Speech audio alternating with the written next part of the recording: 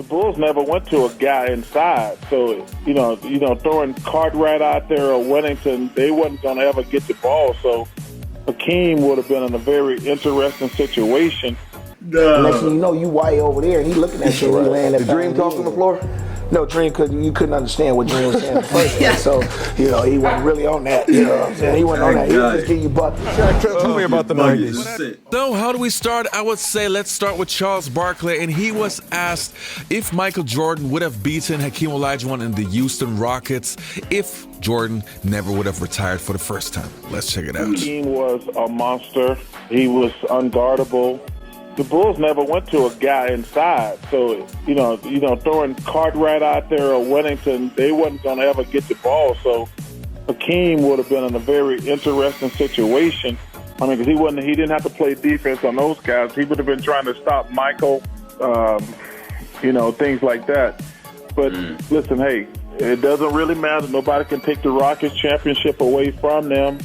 And Hakeem is one of the best to ever do it. And that's all you can say. And the next clip that we're going to take a look at is from Gary Payton, and he has a very interesting point about comparing Hakeem Olajuwon and Shaquille O'Neal and answering the question, who was the better player? I'm not agreeing with you on that because I think Dream was laid way better, and then Shaq had a lot. I didn't hear what you said. What'd you say? Dream was way better. I thought that's what you said. I think so.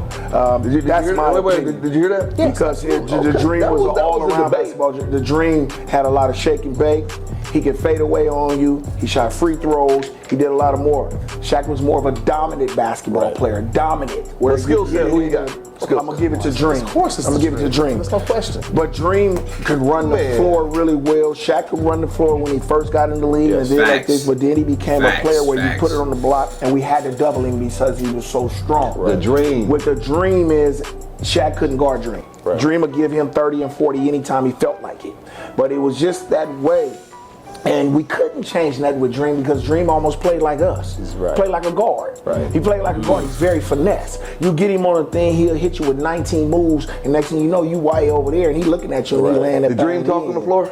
No, Dream you couldn't understand what Dream was saying in the first place. So, he wasn't really on that. You know what I'm saying? He wasn't on that. He'll just give you buckets. Tell me about the 90s. Nah, bro. Really on that. You know what I'm saying? He wasn't on that. No. Next thing you know, you way over there, and he looking at you and he laying that. Did Dream talk on the floor? No, Dream you couldn't understand what Dream was saying in the first place. So, he wasn't really on that. You know what I'm saying? He wasn't on that. He'll just give you buckets. Tell me about the 90s. I'm going to go at the 5 spot. I'm going to go with Hakeem Olajuwon. Because for me, I know I was coming in and I was emerging / already emerged. He was the only guy that I couldn't figure out. I couldn't figure him out. And he was the only guy that I couldn't intimidate. Which will be him. But in the 90s, I would take Hakeem Olajuwon and what it is that he represented at the center position. I mean, he redefined what it was to be an athlete at that spot in much the way that, Chamberlain did. With his footwork and athleticism, he was incredible. He outplayed some of the greatest centers to ever lace up sneakers. He was so good that he was chosen over Michael Jordan. Much of what Joel Embiid is doing today, he was doing 30 years ago. I'm telling you, you kids just don't know how good Hakeem Olajuwon was. And the next clip I could say that, bro, because they don't be lying when they be saying that. They don't be lying, because the thing is, Jokic be doing them one-legged jumpers and all that. Larry was doing that back in the day, bro. Calling out the spot, doing it too. Like, I'm about to hit this in the corner for the game. Game winner. One-legged knocker. Like, we're going to take a look at it. It's from Charles Oakley. And Charles Oakley is saying why Hakeem Olajuwon dominated and destroyed Patrick Ewing. So he's kind of throwing his former teammate under the bus. But anyway, let's check it out. So y'all end up beating the Pacers, and y'all go have an opportunity to play in the championship game against the Houston Rockets. Right. Tell me how that battle was with Hakeem. Well, like I said, it was a fight. They would have stopped it between him and Patrick. But as a team, we took it 7 games. But I think Hakeem was just more. Hey, hold on. They would have stopped it if come on, say that. If it was just Hakeem and Patrick was a fight, they would have stopped it. Because Hakeem they treated him like a mop. He was mopping the floor up and And he would let it dry and bob it up again. And here is what Rudy Tomjanovich, coach of those Rockets, had to say about Michael Jordan and his respect he had for that Rockets team. He said the following, quote, Michael Jordan gave our team great respect. He didn't feel that they could contain Hakeem. They just didn't have the personnel to do it. And he said he thought we were the team that gave them the most trouble. Based on those dynamics, Hakeem the Dream, you seen what he did in the finals against Shaq? What do you think he would have did against those guys? They would have been forced to keep them on the floor. And Hakeem could get out on the floor, Jacoby, and guard a Tony Kukoc. He has snatched every rebound back-to-back with Dennis Rodman. When he retired, remember, one of the best at blocks, one of the best at steals, played soccer growing up, could switch and pick and rolls. Like, I think I said this before, but yeah, that's I said this in the thing. I probably didn't even see it because it got cut out when I reacted to the Hakeem's top 10 plays. But I said this. That's probably why his footwork's so good. He's from some international. I don't know where, but he played soccer growing up. You know what I'm saying? It makes sense. Hakeem would have been a problem for those Bulls. That's why when Michael Jordan retired, Hakeem wouldn't snatch them 2 championships up quick. And the next clip that we're going to take a look at is from Eddie Johnson, an 18-year NBA vet. And he's comparing Dirk Nowitzki and Hakeem Olajuwon, so 2 totally different players, but he has a very interesting point about who's the better player. Who's better? Dirk Nowitzki from Germany against Hakeem Olajuwon from Nigeria. Both of these players came here from foreign lands, and they have made an imprint on the history of the NBA.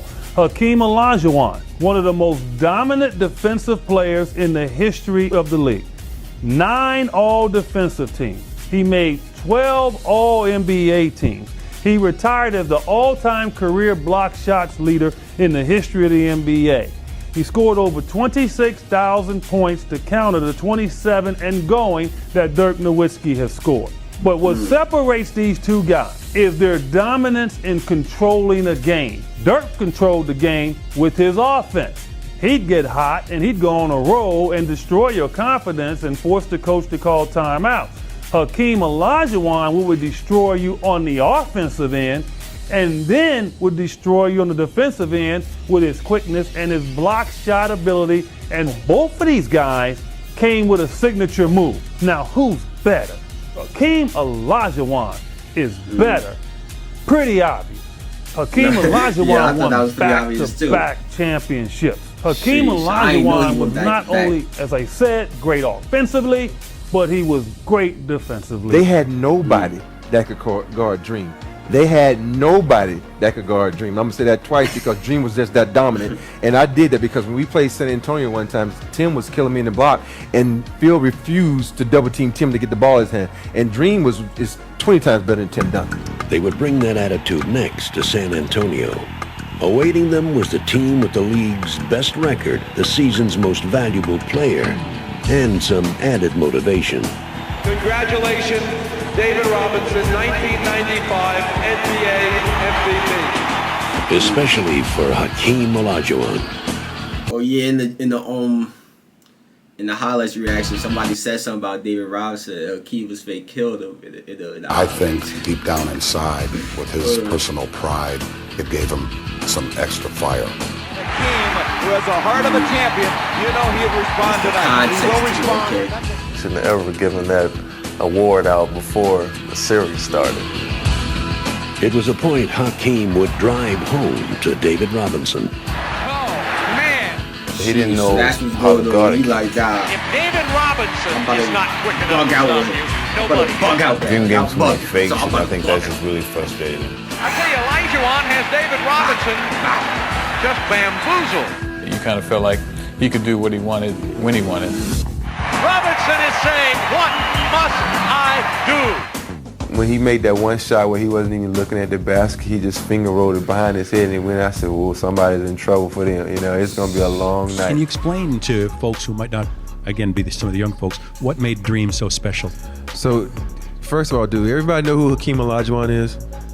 Hakeem Olajuwon is, you should know how good he is when LeBron, Kobe, all these guys go to him for advice and on how to do his footwork. You know, this guy's footwork was some of the most amazing footwork you will ever see. But his tenacity in the gym, I mean, like, you think he was mad during the game. He was even madder during practice if the guys wasn't practicing hard. Now, with all the clips that we have just seen, I have to repeat myself. Hakeem Olajuwon simply is the greatest big of all time, in my opinion. And I know Kareem Abdul-Jabbar ranks higher in the all-time list in terms of being the better scorer, but being the total package on offense and defense, Hakeem Olajuwon is my #1 guy.